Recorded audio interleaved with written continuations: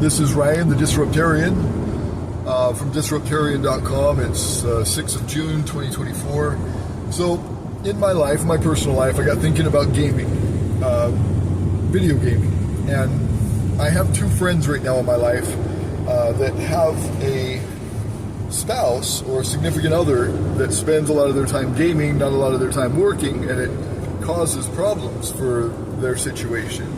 And I remember this as a con in my life. Like, I was like, I can't really judge them. I was like this growing up, like as a teenager. I was absolutely obsessed with gaming to a point of not going to school and staying up all night and sleeping all day or not sleeping at all and just being very obsessed with video games. And I know it's an unhealthy thing. It's not something I want to do in my life now. And, I'm not nearly as productive if I'm obsessed with video games. Because for me, and this is something that I remember as a youth, but for me, like, doing good isn't ever good enough. Like, I always have to one-up my own self. Like, even if I'm good and even better than what my other peers or friends or family can do in a video game. And I've got some pretty competitive family members who play video games and are good at them. But if I'm able to do better than them, and, that would possibly be satisfying for most people, for me, like, I'm not even worried about that. Like, if my score is 1,000,000 one day, 1,000,000 points one day, I want to double that the next day, or at least get a lot better. I'm not satisfied if I'm getting less than 1,000,000 points, or in a pinball game, or whatever, you know what I mean? So I'm always challenging myself to be better than myself. So it's not really a competition with other humans. Gaming usually, unless you're playing one of these multiplayer games, but I would say in the games that I've played, especially in my youth, it's a single-person game or single-person play. And so, like pinball, I'm always trying to beat my last best score and get a free play every game. That's my goal, is to get a free play and to beat my last score. And so I love pinball games. I'm pretty good at them. But I remember, not only spending a lot of time on video games, but like on pool and pinball as a kid, spending a lot of money. And it was a real detraction from my life in a lot of ways. But I remember it just being skill-based, a lot of these games. And so, Tetris and, other, geometry or physics games, there's a lot of those. And there's great games like shooting games, multiplayer games, that are all skill-based and very useful in the world in a lot of ways. I personally believe flight simulators, I love those, and I've worked on my pilot license myself, before I got in my car accident. So I, did flight simulators most of my childhood and then took that to real life, and it was good for me. I'm very comfortable in an airplane. So I think that video gaming has a lot of cons, but it has a few pros as well, and I think that's part of it. So when I was talking to my friends and thinking about their situation with their spouse, my thought was, well, I can't judge them. I'm judging them because they're not paying their bills, or they're not doing this, or they're not doing that. Like, their family's poor because of their gaming habits, potentially, and in these cases anyway. And so I get it, though. As a kid, that's what I did. I would not go to school at very young ages just to sit and play my Nintendo and, find every excuse to just stay at home during the day and play my Nintendo more. But I remember, and this is the story, it was, and I can't even remember the name of this video store, but they had a video game competition, and I always rented video games from this store, but their competition was for a bunch of memorabilia, Nintendo stuff, and then there was a gift card for 10 rentals and a Rambo handheld game or some shit like that, like a first-person shooter game. It was like handheld and all analog, like, barely digital. And but it was the 10 rentals that I wanted. I didn't want this handheld thing, and that was the first place prize, was this handheld Rambo game, and the second place prize was the 10 rentals, and that was like worth 30 or 40 bucks to me, and I would be renting anyway, so I really wanted that. So I knew a way to beat the game every time. It was in level 5-1. You jump on a turtle and you tip it till it gives you unlimited lives and unlimited points. I mean, you just rack up the points endlessly, and it never stops. And you eventually get unlimited lives where you just can't die. And so, yeah, you just jump on this turtle and you bounce him against a step on what is it called? Like a stairway or whatever, a ladder. You're bouncing him off this stairway until you get, you're just endlessly bouncing, and you get the points and the lives. And so I taught the other two guys in the competition. There was just the three of us that, this is something you could do. Like, they didn't know that was a possibility. And so then we were all kind of turtle tipping.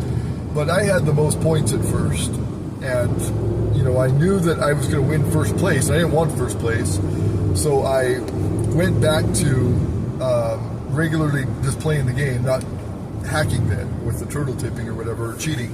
But to just go back to gameplay, and I knew I was going to beat third place, and I was definitely going to get the second place prize, which is what I wanted. And then at the end, they switched to prizes because they knew that the value was in the rentals, not in that handheld piece of crap. So I got what I thought was going to be the first place prize, and that was that little Rambo handheld thing. But in most of my existence, I would refuse to cheat, just because it made the game boring and, spoiled the fun and, whatever. And it was an honor thing about it, like, you don't cheat. And you can cheat, you can try cheating, whatever, but does that really make the game better? Not really. Unless you just want to experience the end and you just want to, like, quit the game, but you don't want to quit the game without getting to the end of the game. So I would cheat in some cases just so I could see the ending of this game and not just be stuck there for another 2 weeks playing it or whatever, So I think that also trained me kind of not only just as a skill, but kind of as a moral value, this honor code that us gamers would have, to not cheat, to play the game fairly, and to always be in competition, not with other people necessarily, but with yourself. And it always worked for me. It always helped me have that drive to improve myself. So I've carried that to my adult life, and it's worked for me. I think that I got a lot of that from gaming. It might have been, innate, whatever, born into me, but it was also something that I trained for, to not cheat and to not, and also to not lie. This is something that I'm also very interested in, is lie detection software, because I don't know, I as I've gone into my adulthood and Christianity and faith and tradition, I've learned a lot of things, like mostly about the Gnostics, and lately, not mostly about the Gnostics in my life, but lately I've studied mostly about the Gnostics, the Coptic church in Jesus' time that followed Christ. They were Hebrews, and anyway, I've learned a lot about them, and I've learned a lot about their view of God, that they...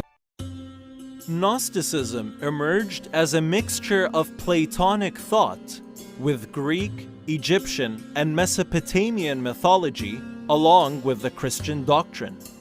They believed in a good God and in an evil God, the latter of whom created the material world. In order to be saved, you had to have the special knowledge, the gnosis, that is free from all that is material. Christ was sent as the Logos of the good God to free us from the material world created by the evil God, who was often associated with the God of the Old Testament. Among the prominent figures of Gnosticism was a man named Marcion. Marcion created an edited version of the Gospel of Luke and the Epistles of Paul, where nothing about the material world appears. Marcion, together with other figures before him, such as Valentinus, were vehemently opposed by the Church through figures like Ignatius of Antioch and Irenaeus of Lyon.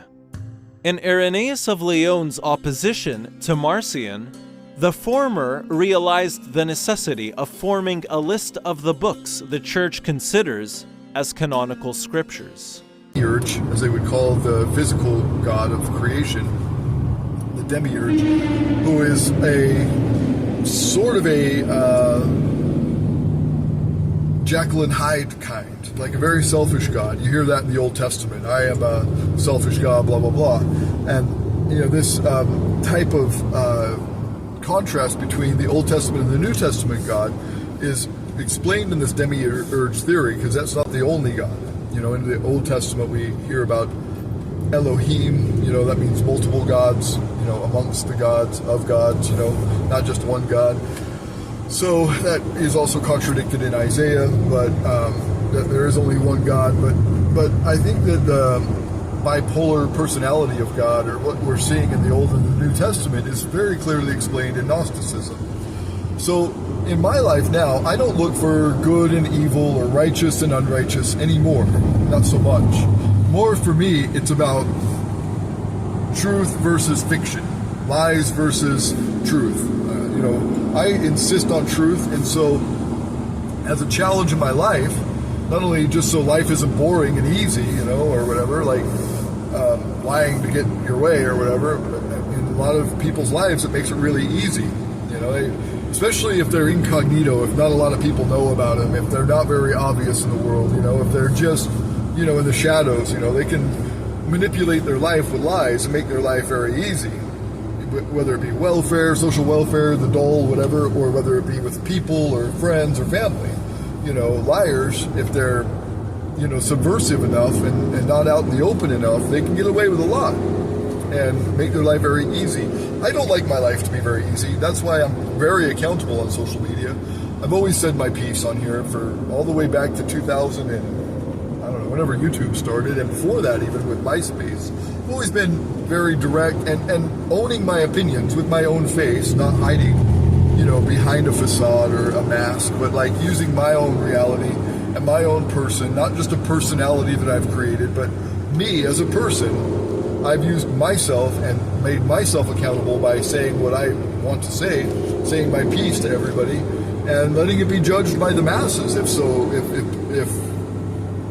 that is how it needs to be, if there needs to be judgment on my decisions or personality or person as a, content maker. I'm happy to expose myself. It doesn't always work out to my benefit, or at least it doesn't always make life easy for me, but it does work out to my benefit because it does make me accountable. Like, I made a video about how my exes are using parental alienation against me. The definition of parental alienation is they turn the children against the other parent. They intentionally use words or manipulation of some sort to turn the kids against the other parent. And so in that I've gone through that now this year, and the first time really ever, I've had my exes threaten it, like, oh, if you don't do this, then I'm going to take your kids from you, or if you don't do that, I'm going to take your kids from you. I had that for the last 9 years, but I've never had a custody battle until this year. So I made a video about it. And my son is writing on there. I don't know if he knows that I know his name on YouTube, but I know it. I know it's him. And, a couple of other people have given me criticism about it and given me a perspective about it that I'm able to think about. But that's the best thing about being accountable and not subversively, using gossip or innuendo or,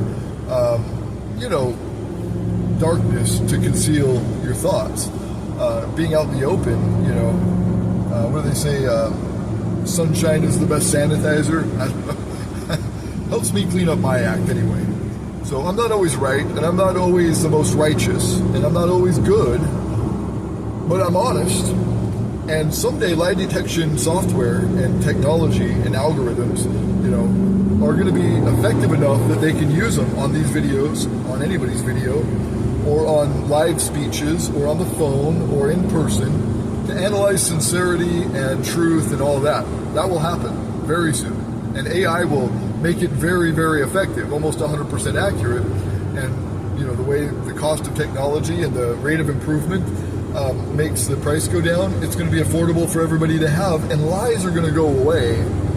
And I'm happy about that in some ways, but also being honest is what sets some people apart. Because people that lie can get away with lying right now. In the future, they're not going to be able to get away with it. It's not going to be allowed. Technology won't allow people to lie. There might be technology to subvert the technology that detects lies or sincerity. But for the most part, I think sincerity and truth will be required in society. There will be no other option. because there'll be no incentive to lie. If people lie in the future, when this technology exists in 100%